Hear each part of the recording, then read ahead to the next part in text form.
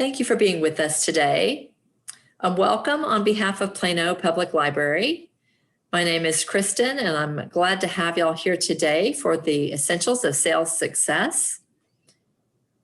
You are seeing right now our presenters' slides, and your microphone has been muted. We ask you to use the chat for questions. We welcome you to ask questions of our presenter today. You can use the chat function at the bottom of the bar there. We ask you, of course, to be respectful to other participants in your comments or questions. And you will be seeing our presenter's screen with her slides. At the end, I'll give you a little bit of an overview of some of the resources that you can find at Plano Public Library to help you with your job or career success, your small business success. So we are really pleased to have with us today, really a friend and volunteer, Debra Austin. Debra is a coach, consultant, facilitator, and speaker. She helps business owners to clarify their vision, to create a roadmap for success, and to overcome obstacles like ineffective marketing, poor sales, low productivity, and head trash that could be stopping them from achieving their goals. Debra Austin is a proud graduate of Purdue University and Southern Methodist University, where she received her MBA. And she's also recognized by the International Coaching Federation as a professional certified coach. Welcome, Debra. I think y'all are in for a treat today, and thank you for joining us. Thanks, Debra. Well, Kristen, thank you so much for that wonderful introduction. I truly appreciate it. As always, it's always good afternoon, and it is truly a pleasure to be with you today to talk about one of the key areas that will make or break your business success, and it's all about sales. We know to get customers, you have to sell your product or service. This does not mean selling using old school hard sell tactics, which don't work nearly as well as they once did. Over the next 30 or 40 minutes, we're going to look at 5 essential steps to help you improve your sales success and convert more prospects to customers.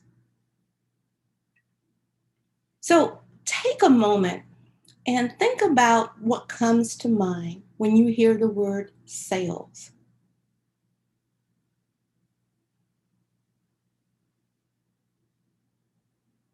For many people, especially those who are new to sales, it might be something like this.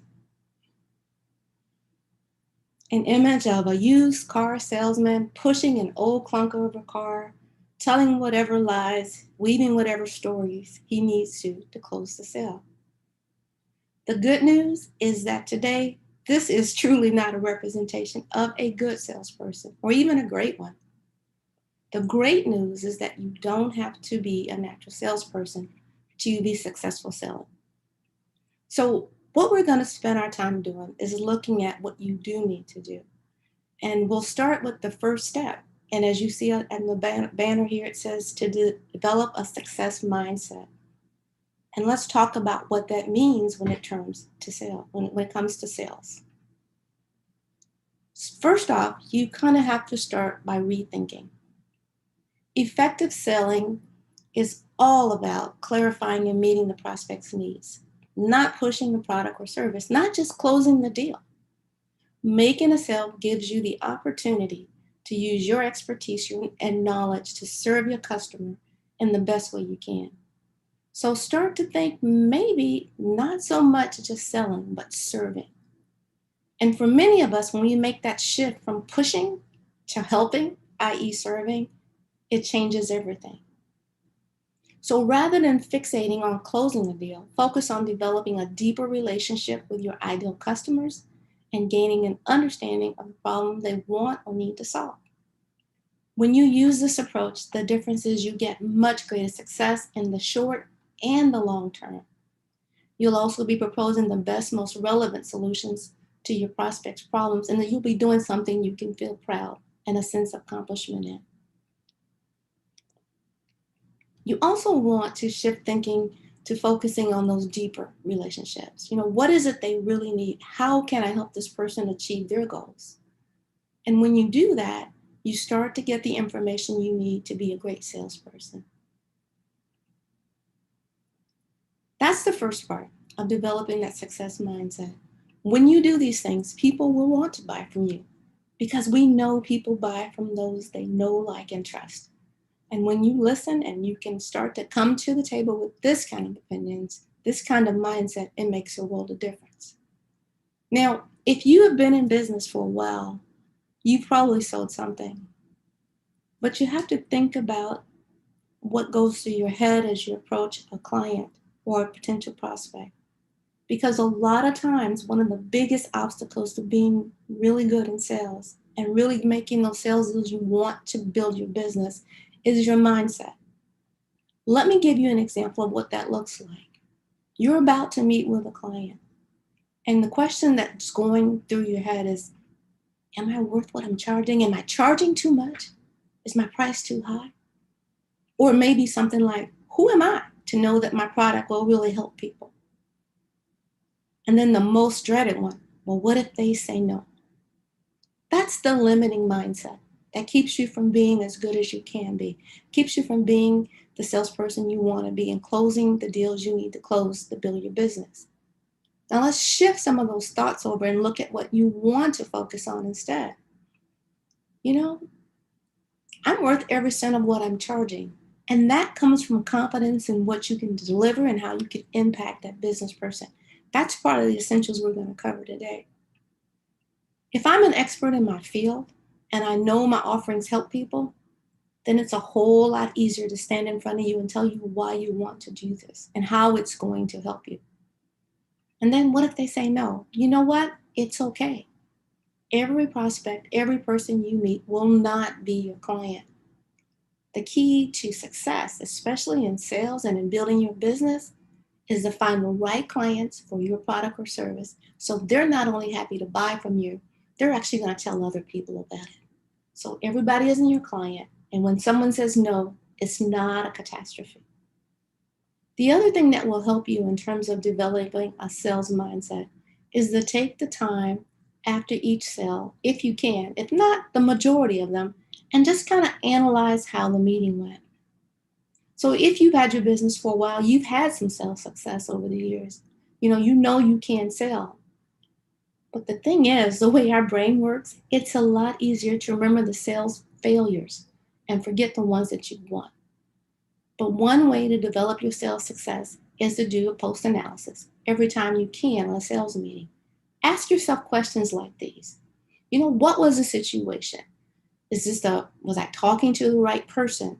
Do they already have another source, another vendor who they're really happy with?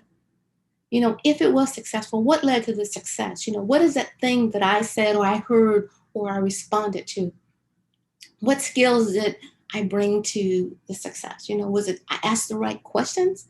Was it that I helped them see it in a different light? Was it a story that I shared about a previous client? And then were there any negative consequences? Did we go through the whole process and the person decide to back out of it? If they did, we'll talk a little bit about that too, but it's probably because you didn't do all the work to close the deal. And if they did back out, what was it that happened? And last but not least, always, what can I do better the next time? Based on this meeting, what might I do differently? Maybe I don't bring up this particular feature because I need to listen to this part. Or if I know I'm selling to somebody who has a certain competitor's product, I know what that weakness is and I need to make sure I point that out. So developing that success mindset involves analyzing what you do. And in truth, we get better all the time when we reflect on what did and didn't work. So when you take that pause to do that, it's huge. Again, with a success mindset, you have to look at the setbacks and use them to move forward. The first one is don't take it personally. Most of the time, it really isn't about you. When someone says they don't want to buy from you, it's the offer they're rejecting, not you. The second one is reframe it and really put it into context. It's not the end of the world. Think of all the exciting and interesting things going on in your life or in your business. Think about the win you had yesterday. Having someone say no to one day, to one offer is nothing compared to that.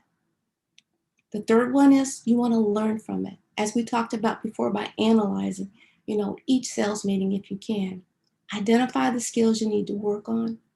Perhaps you didn't get the match quite right between the product or service you put forward and what the customer was looking for. Next time, make sure that doesn't happen, or do what you can so it doesn't happen. And then any feedback you get about your offer. If the customer questions the price or the features, then use that information to rethink your offer, and also use that information the next time you're presenting your offer to someone else. You may not decide to change it, but at least you can understand why that person wasn't interested. And then last but not least, you know what? Just be happy that you have a new relationship. That person may not buy from you today.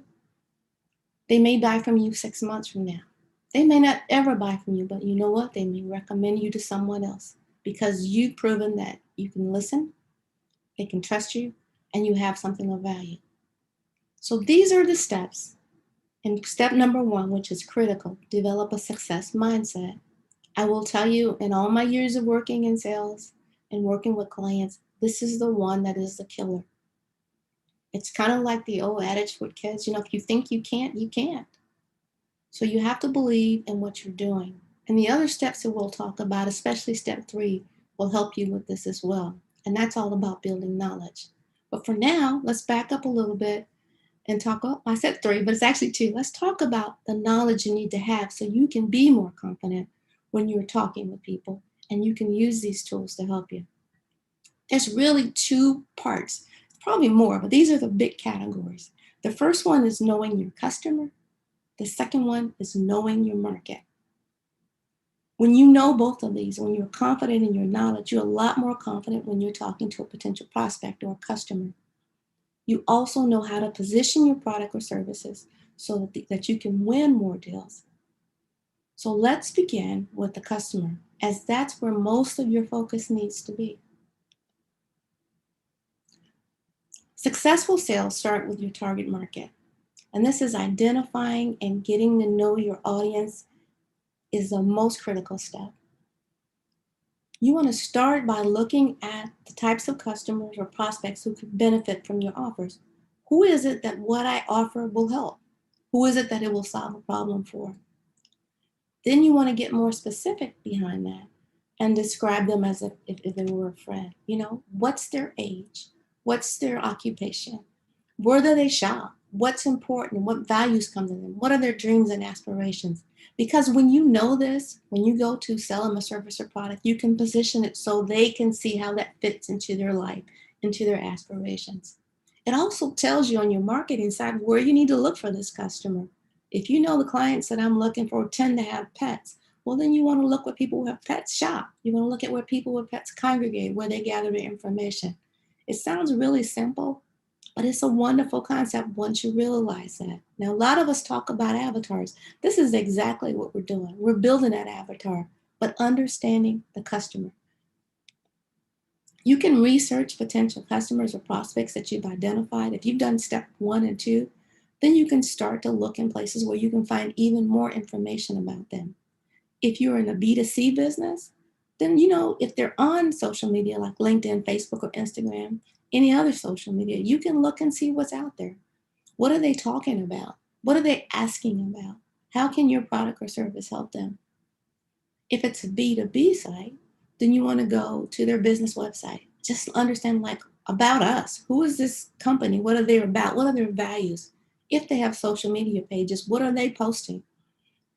Any industry information you can gather. Anybody you know who may know something about that company.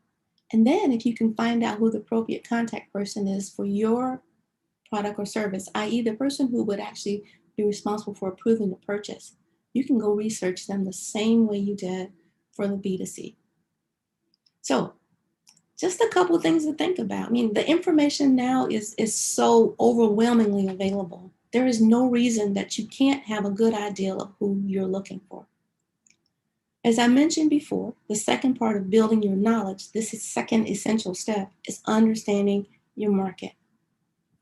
And let's talk about that a little bit.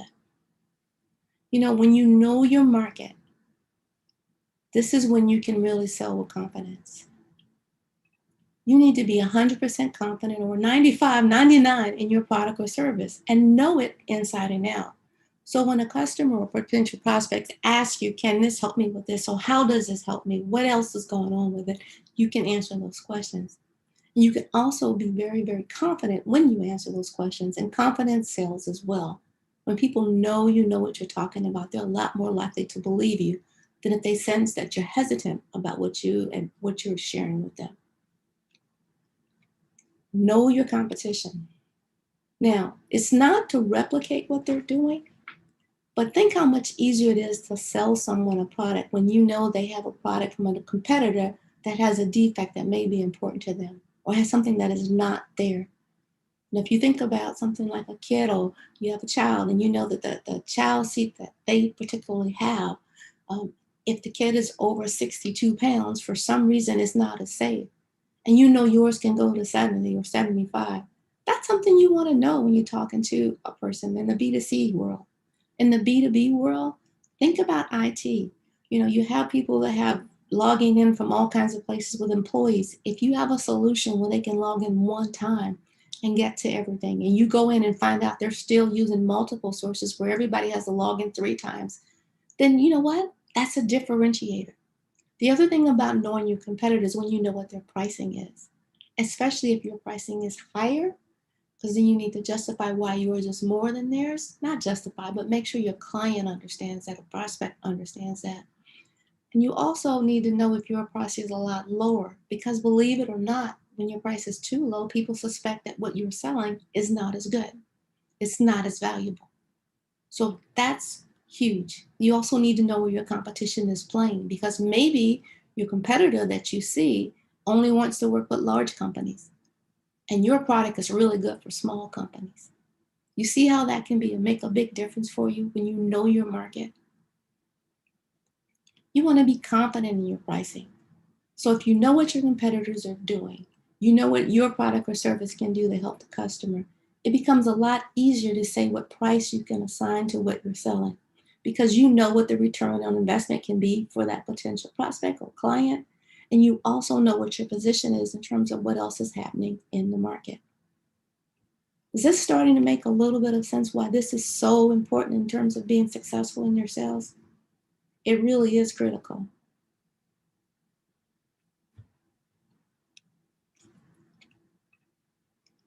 The other thing you can do by knowing your market, knowing your product, is you'll have a good idea of any options or concessions you may need to offer.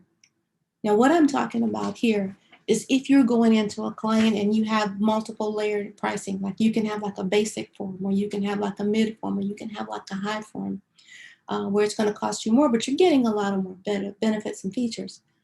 After you understand what that client is, even though they may need the top of the line product, but their budget or the timing does not allow for that, mayhap you can go back and share with them that first or second one and talk about phasing into that higher level.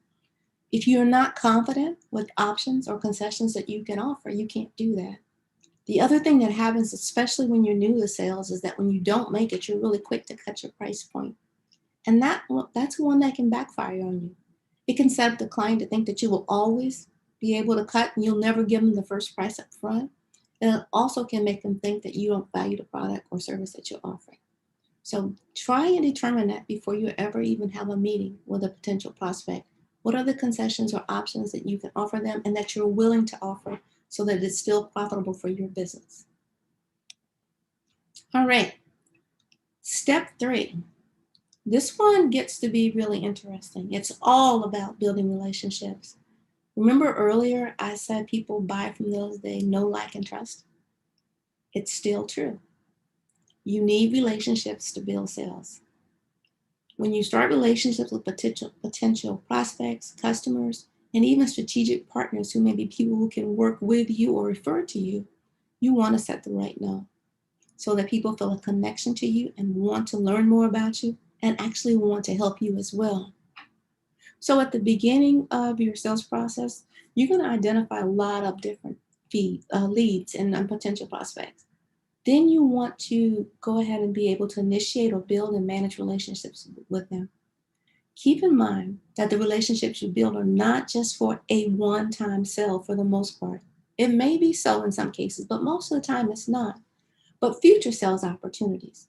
And these may be future sales opportunities with that particular prospect or customer, but also may be referral opportunities for you as well.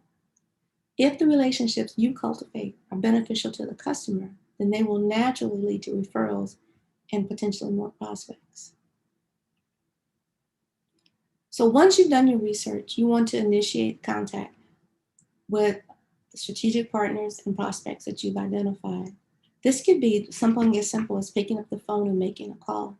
If they are on social media, you can go out and maybe send them a LinkedIn message as an introduction, especially if you're going to offer them something that they may want, like a white paper that you found or a great resource that's really good, or even just a one pager that's really good information for them. It could be a webinar or something that's coming up that they might be interested in. When you're doing that, couple things you want to think about. You want to make it so it's a personal connection, so they remember you, i.e. don't send a generic email without a name on it.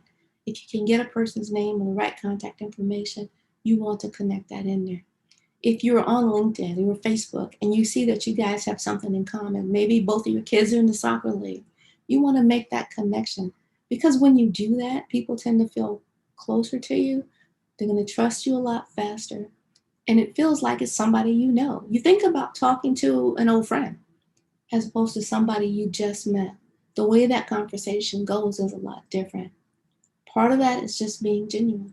Be genuinely curious about the other person. Be genuinely interested in what they want to share with you. Build rapport. Now, I said that earlier, but I just want to come back and spend a little more time on that.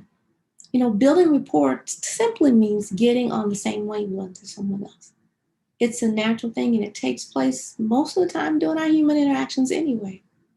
If you've ever had the experience of meeting someone for the first time and feeling like you've known them for ages, that's because you're naturally in rapport with each other. So some things that you can do that will help you with that. There are things like just use the other person's name early in the conversation or during the conversation as you talk to them. Listen to what they're saying and look for things that are shared experiences or circumstances. Oh, we're both, parents. Oh, we both have kids in high school, whatever that may be.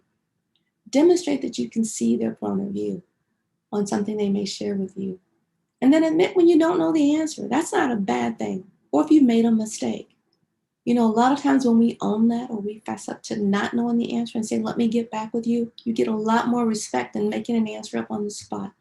And you also get that trust factor, which is so important in sales.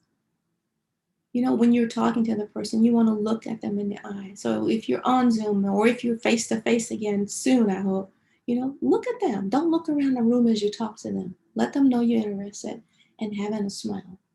All of these things will help you build rapport with someone when you just met them. And then focus on listening to what they have to say and hearing their needs. I hope that makes sense to you. Those are just some quick tips for building rapport so people feel like you're really connecting as opposed to just putting on a face and moving forward. Here's some other ways you can develop the relationship, especially with a strategic partner or prospect when you first meet them. You can share that content with your network to give them increased visibility. If they have something that other people that can value, a webinar is coming up. If they're doing a luncheon, if they have a great paper out there, if there's something on their website, share it with other people and let them know you've done it. We help people altruistically, but when we see people helping us as well, we want to help them even more. Wouldn't you like to be on the receiving end of that? Connect them with somebody they know they would benefit from so they can expand their network. Think about sending them a piece of content they would find helpful and useful. If you see something out on the website, a good article, this would be helpful to that person, go ahead and share it. It can be yours or somebody else's. It doesn't have to be something you've written. And then recommend them to someone else if you feel confident enough to do that, who might be able to help them with another problem they have. And when I say confident enough to do that, recommendations are like sharing your trust. You want to make sure when you recommend people that you feel comfortable doing that and you're confident they're going to be able to help that person and uphold your reputation as well. So that's a little bit of a sidebar on recommendations, but that's important. Some best practices for building relationships, again, are just, be genuinely helpful when you can. Don't hide behind your computer. And what I mean by that is don't just send emails and think that will make a connection. You can do that as part of a strategy, but that shouldn't be the only way you're connecting with them. Get out and meet people. Schedule a LinkedIn, a Zoom call, whatever it takes, but get some face-to-face time or even some phone call time in there, but not just email. Delight your customers after the sale. A lot of times we rush to make the sale, but we don't do the follow-up. What about checking in with them like a month or two later just to make sure everything is going well? Ideally, you do that within a week or so, depending on your product or service, because if it's not going well, the sooner you know, the faster you can help fix the problem so you don't have a client who's disgruntled or unhappy. And in case you've never heard it, disgruntled clients share a lot more than those who are really, really happy, believe it or not. If you can head that off, that's a beautiful thing. But if you do more than what you said, if you do over deliver, under promise, over deliver, they'll share that as well. Set up a system to keep in touch with potential customers or prospects. This could be using a CRM or a customer relationship management software. It could be as simple as, scheduling time once a week to touch base with people, and then just keep a rotating list in Excel of who you're going to touch base with. And a touch base may be just sending them a card, sending them a useful article, making a phone call, whatever that looks like. But be consistent. In sales, this is huge. Relationships are everything. Follow-up is just as important, if not more so. And that's where a lot of people fall down, is they don't have a system for keeping in touch. It can become overwhelming. Put together a simple system for yourself so that you are keeping in touch with not just the potential customers, but also your strategic partners. The ideal is to be top of mind so that when they are ready to move, ready to recommend somebody, they're going to think about you and they won't forget who you are. And then set aside dedicated time to check in on these relationships, always. Maybe it's once a quarter, whatever it looks like. But if you make it a practice that you do on a regular basis, you will see the benefits. And it will help you not only build relationships, but actually get more sales as well. And last but not least, don't rely solely on automation. There are a lot of tools out there that can fire off emails all day long for you. But don't hide behind that computer. Make human contact, and you will be delighted in the responses that you will see. So we've covered the first 3 steps, right? We talked about mindset. We talked about building your knowledge. We talked about building relationships. Let's look at step 4. And step 4 is really to get down to the core of developing your sales skills. Because when you know who your client is, you believe you can do this, i.e. mindset, you understand that market, then you're ready to go in and make this happen. Now, good salespeople are not just born that way. Some people have a gift of gab, but that doesn't necessarily mean they're a good salesperson. They are made from people who are willing and eager to invest the time and energy into learning the key skills that will lead to sales success. Step 4 is all about having the necessary skills to help your customers decide on the right solution for their needs, whether or not that ends up being your offer. So it's not just what you win. Remember I said earlier in relationships, even if they never buy from you, they can be a great source of referrals for you. So what are we talking about?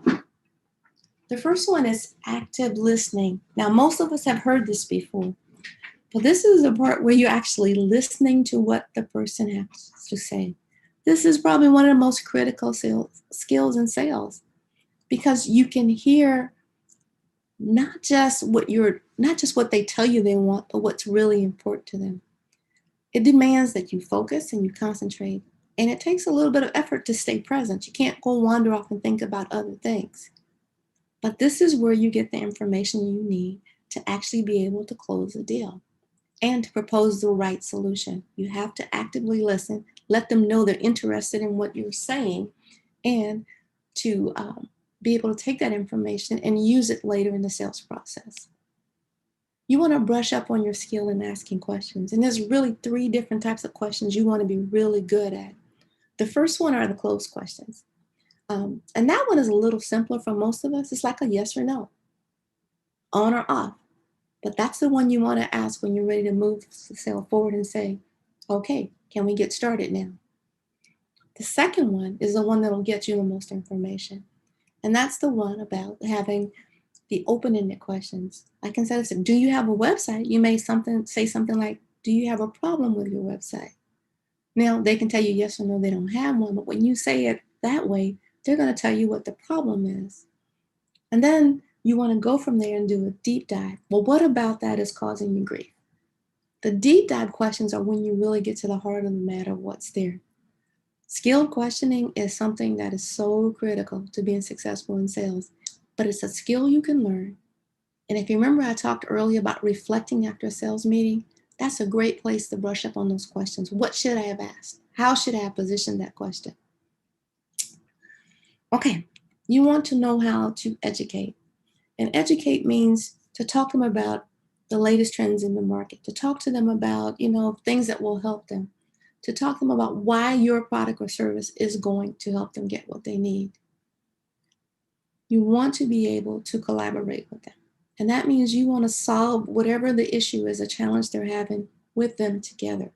So you understand what they need. You guys talk about potential solutions, and then you talk about how your product or service will be a solution for them. Your goal is to help them solve the problem. And then you have to communicate value. Why is your solution? Why is your product the right one? And value can mean return on investment. Are you going to invest this much for this particular thing? And you are going to get this in return. It could be, you want to be able to have the appearance of enjoying your life. And to do that, you need to have a convertible. That's their value. You can speak to that.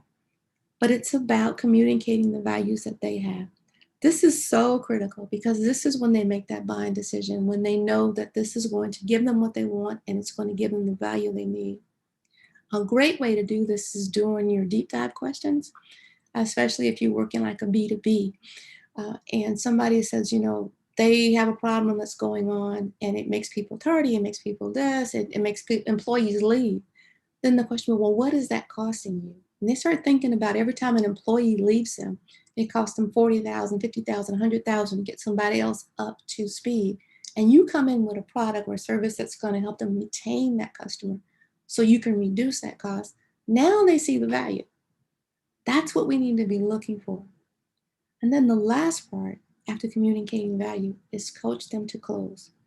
And this is the part where if you dislike sales, if you think you're sleazy, you don't have confidence in what you're bringing to the table in the solution, it's very hard to do. But when you know your product, you know it's solving a problem, you know what the market is, you know how they're going to gain value from it, it gets a lot easier to do this. You get to remind them of the true value because we talked about help them to understand what the value is. You get to prompt them to remember what they said was their issue when you were actively listening earlier. This is what we need to solve. This is one way for you to solve it. You get to explain to them what happens with the buying process. Once we sign this is what will happen. This is the timeline. This is what you can expect. And you get to ask them for the sale. These are all critical sales skills that you want to develop. And if you already have them, you want to hone them so you can get better and better. Because the better you get, the more sales you make. Okay, so step 5, are you ready? This is to take all of the things we talked about in steps 1 through 4 and put them into a proven sales process. Now I'm going to share a very, very simple sales model with you. There are so many out there that you can just pull and adapt to work for your business. You don't have to create a brand new one. You just need to adapt it for your business. So in this simple model, the first part is all about relate. Remember we talked about making those initial connections? You have to get to talk with your potential prospects because they will buy from someone they know, like, and trust. You have to take the time to develop the rapport that we talked about. 4 things that are going to drive an initial favorable perception with them is that they have to be comfortable that you are confident in what you're selling. They have to believe you're sincere and genuine. They have to believe you're knowledgeable about what their problem is and how your product or service can solve it. And they have to like you. In other words, you can't be obnoxious. So the first step in almost any sales process is going to be relate. You also may hear it say build rapport.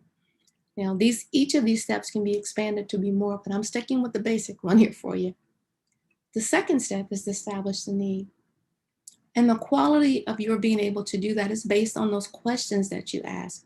Remember, we talked about asking questions as a strong sales skill? The better questions you ask, the more likely you are to understand their need and be able to position it so they're comfortable buying from you.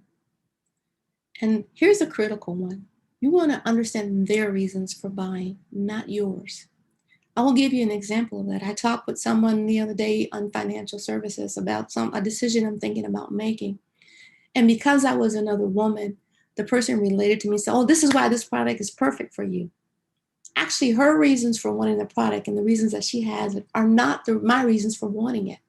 So it actually turned me off, not helped me. So when we're listening to that person, when we hear what they're asking, what's important to them, then guess what? We can position the value proposition for them based on their values, not ours. Once you know what they're looking for, you understand what their values are, you understand their pain, then you can do what's called an advanced or tailored solution. In this case, you're going to tell them about what you have to offer. You're going to tell them about that value proposition for them and how it's going to fix it. And you're going to tell them why it makes sense. But this is based on what they told you, not what you think is the answer. And then following that, the fourth step in this basic sales process is really to develop a commitment. This is where you go back, you summarize their needs and the solutions that you discuss. You ask them, how do you want to get started? Or what do you want to do next? There's a lot of good close questions, and those aren't the best ones, but there are a lot of them that you can use there. If the answer is no at that point, it may be because you need to start the circle again, because you didn't ask the right questions, you don't understand their real need, you don't understand the value proposition that they need to make this work for them. So that's it in a nutshell. If you want to improve your sales success, if you want to see more sales to grow your business, which is critical, then you really need to get these 5 steps right. Get your mindset. So it's a growth mindset. It's a sales success mindset, not a limiting belief. Understand that knowledge of your customer and your market. Be able to go from there and go forward with that. You've got to get to the basic sales skills and be able to use them to grow, to listen, to hear, to value them. You've got to be able to walk the way a proven sales process, because that will keep you from missing an important step when you're doing this. If you put these 5 essentials together, at the end of the day, you will see improvement in your sales. You will be able to close more. And you'll have grown more in terms of professional development. That is my story. I'm going to stick with it. I want to show you a few resources, and then we'll take some questions if you have any. The resources I want to share with you are pretty straightforward. The Plano Library has such a plethora of all kinds of resources, and there are so many sales books out there. But here's 3 fundamental ones that are available at the library that I think you might find helpful if you are struggling with sales. All of these are there at the library. You can check them out. The library also has some great other online tools like reference solutions, which you can actually use to get some leads based on size of company. It'll even give you information about how to contact them. It's free as part of the Plano Library services. And then there's LinkedIn Learning, and LinkedIn Learning has all kinds of courses, marketing, sales, speaking, all of those things that can help you in terms of growing your sales. And then finally, I want to offer you a quick assessment. It's like maybe 2 pages, a few questions. If you're not sure that you are actively listening to people, go grab it, just download it, take it, and it'll tell you, these are some things you may want to work on. But listening in sales is critical. So with that, I am going to check the chat box and see if we have any questions. I hope you guys have found this useful. These are things that will make or break your business in terms of sales growth.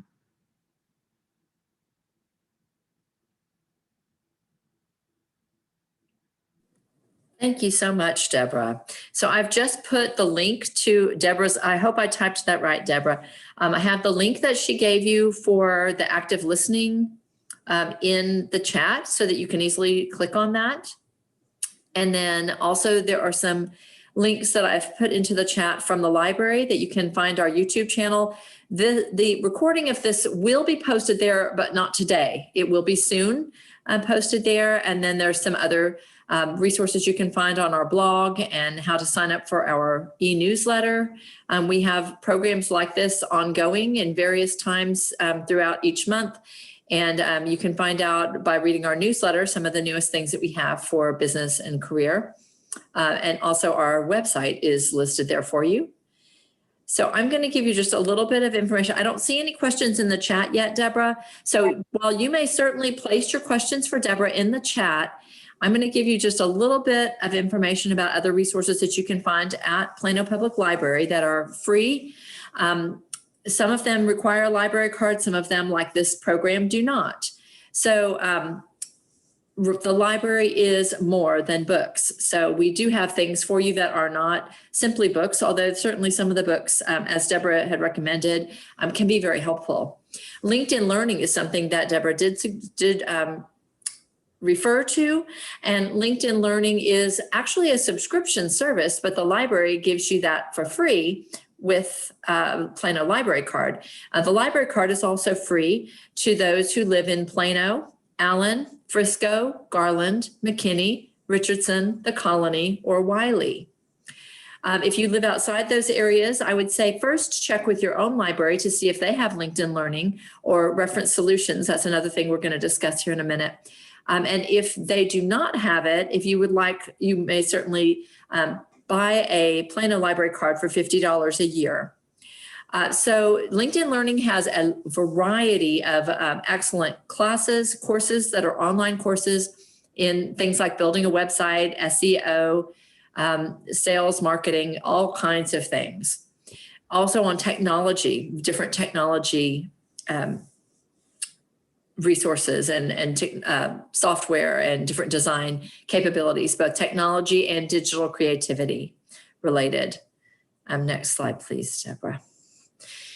We also have great courses, which are, some of them are actually available to check out on DVD, but we have a streaming service at Plano Public Library called Canopy, and many of the great courses are available on Canopy, the streaming video service. And I've listed out some of the ones I thought you might be most interested in, but they also encompass things like travel, psychology sorts of things, mind-body connection, just a variety of wonderful courses. Most of these are multiple sessions. Critical business skills is a great one. I think some of these have even like 20 different videos within that, so you can just watch the parts that you're most interested in. And then these career development programs are like we're doing today that are open on Zoom. Those are available for free to the public. You do not need a library card to participate. You just register and join us. And then they'll be posted, the recording is posted on Zoom, on our YouTube channel. Some more resources for you, Reference Solutions. Debra mentioned that. And when you're looking at market analysis and even marketing prospects, you can find a lot of excellent information with Reference Solutions. And we actually have a class coming up on June the 1st that is an online class about how to use that Reference Solutions database, how to create a search and how to use that information. So I'm going to show you a list of classes at the end, but that is coming up on June the 1st. Excellent resource with very well-maintained data. And you can find local or across the United States information. We have a small business reference center that's an online database that provides things like a sample business plan that you could use to develop your own, and a number of other resources there. We have a nice relationship with SCORE, which is the kind of like the volunteer arm of the Small Business Administration. Retired and sometimes current executives from a variety of businesses provide mentoring to small business owners or those who are looking to start up a small business. And we have a mentor that works with the library, and often we do some programs also for small business in the same format that Debra and I are what we're doing today. We also, for library card holders, have a service called Book a Librarian, where you can schedule a half hour of one-on-one help with a librarian. So if you're trying to use reference solutions or LinkedIn Learning and something is not making sense to you, you can schedule time with them and they can help walk you through it and how to utilize that to maximize the effectiveness of that resource.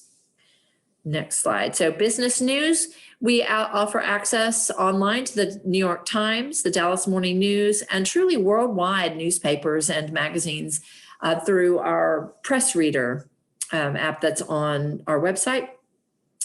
And many, many ebooks and magazines. I've listed some of the popular ones for you here, but there are a variety of things, and actually global magazines through press reader. All right. So, and then also just knowing that you're probably family people or have others in your network that you might want some things to just enjoy as well. Next slide, please. There are art and creativity programs. We do bullet journaling. We do 3D design. That's you may even use 3D modeling for a prototype of something that you're creating. We do have 3D design. We have 3D printers at 3 of our locations. So we have a class coming up end of May on the basics of 3D design. We do language learning programs, and we have an app called Pronunciator that you can access and download onto your phone or device to learn lots and lots of languages, and you can set the home language to whichever one you would like to learn from. You could start in French and learn Swahili or things like that. So family engagement, lots of opportunities for children and families to engage at the library as well. We have a lot of exciting STEAM activities coming up this summer, and actually some coding and circuitry workshops for tweens. Next slide. So here are the upcoming classes that we have a lot of classes, and you can find them on planolibrary.org. If you scroll down to the bottom, you'll see our calendar.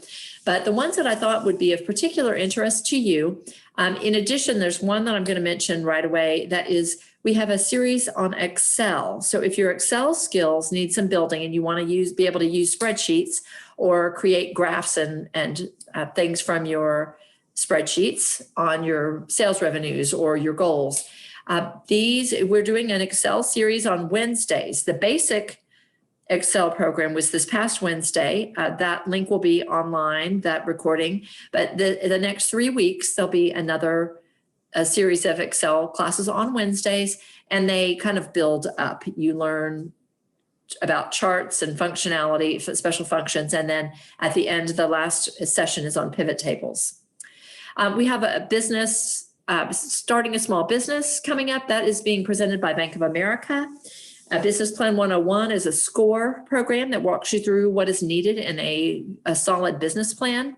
As I mentioned, Reference Solutions, how to use that to build your business on June the 1st. Interviewing 101 is a class that we're holding that Capital One HR people are doing about some interview skills, just helping people with how to interview. Now, this is not on the side of the business, how you interview your candidates. This is on the candidate side. And then we also are doing HTML Basics, which is one of the programming languages or the languages in which you can design a website. And we'll be showing basics of how to do that. And here are just a few of the programs that are available in our video library on YouTube and also on our website. One of our favorite people here, Debra, today, a couple of her other programs are on here, Turn Busy into Productive, and From Surviving to Thriving, Setting and Achieving Goals, some excellent classes that Debra has put on for us, and those are also on our YouTube, as well as things like Get Your Business on Google Search and Maps. Very interesting, very helpful for businesses. So lots and lots of things available at the library. I would welcome you to contact us, and my contact information is next. If you have questions or if there's something that you're looking for that you don't see here, and perhaps we can direct you to that or find a resource for you. Thank you so much for participating today. I think there were a couple of other questions now. So, Debra, did you see, are one of them for you or are they for me? I saw a couple. The first one about how would you recommend someone starting into a new field startup a business?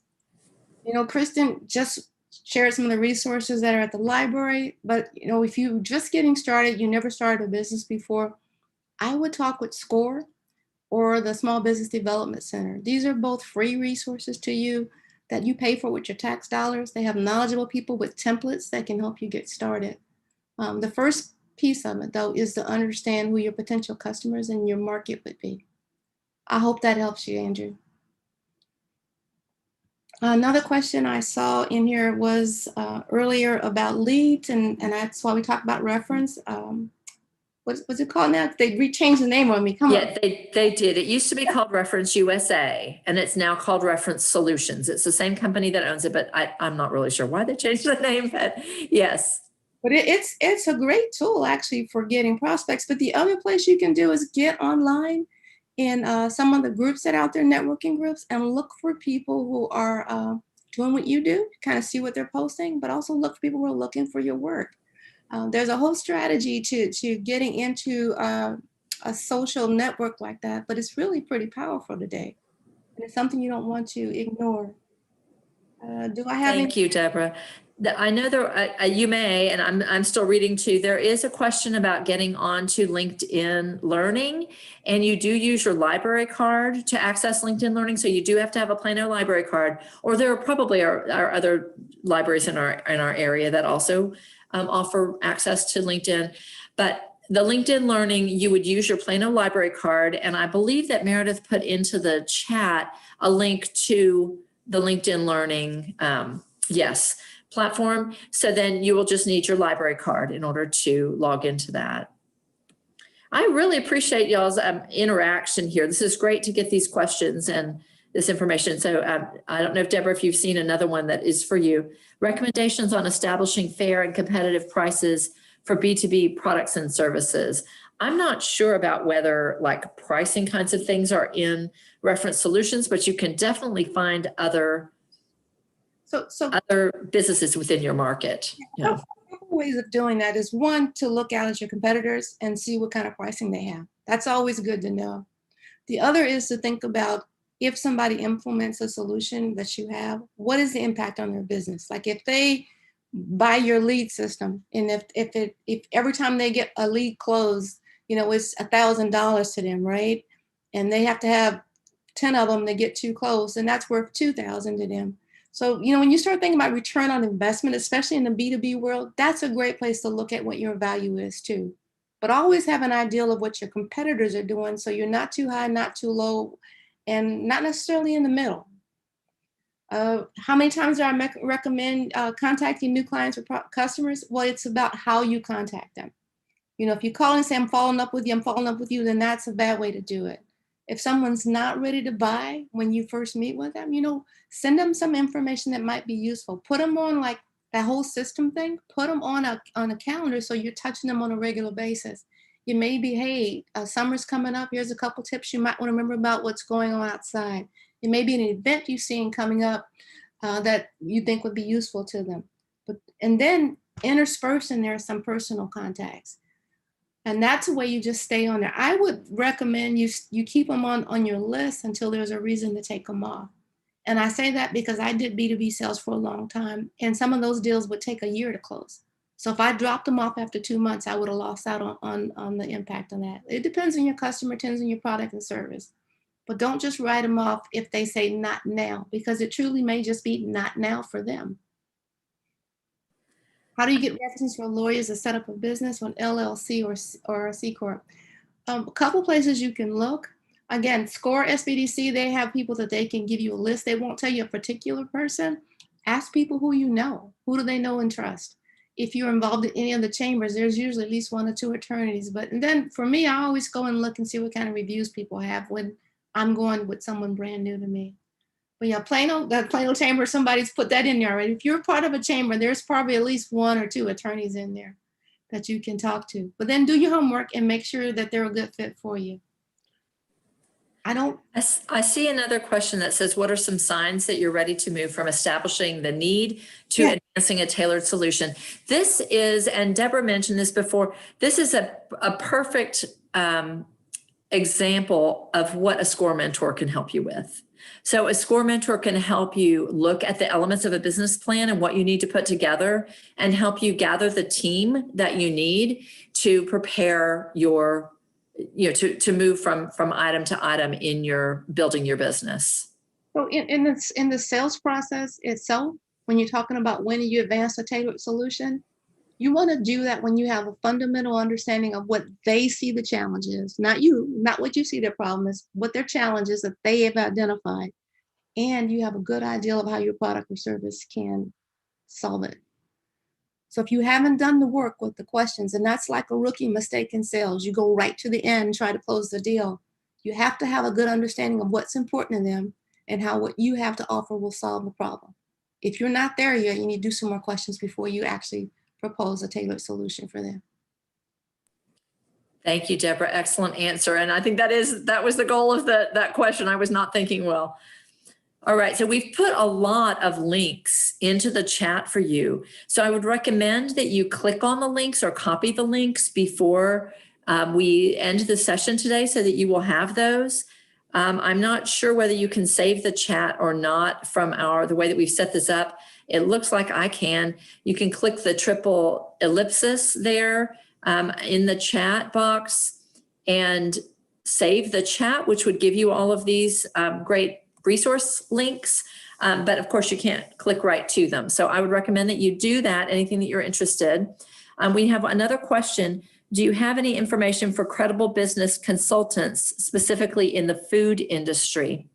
I know that for one thing, I know that Debra will probably have other answers as well, but SCORE, you can go to the SCORE website and put in that, specifically food industry, and they will connect you with a SCORE mentor who has that experience because they have a wide variety of mentors that are available. And actually the mentor that we've been working with on a consistent basis, he has said that because of coronavirus, he was meeting with people in person at one of our libraries prior to all these closings, and that things have really opened up and are wide and broad now that it's very easy to be able to be mentored by someone that's not close by because you can do it by Zoom or by phone. And so that would be one resource I would recommend, which is, and I'll put the note in the chat while Debra may have other answers.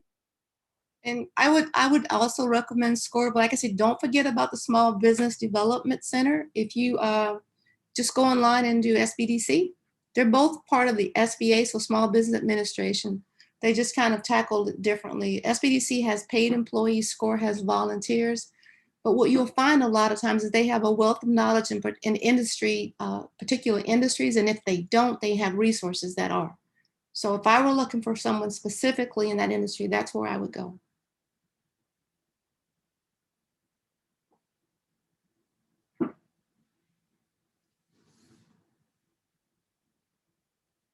Okay, any other questions I'm giving you here that I'm trying to, paste the other. So this is for the Small Business Development Center. Absolutely, they're an excellent resource as well, without a doubt. Both SCORE and the Collin Small Business Development Center are great places to go for assistance.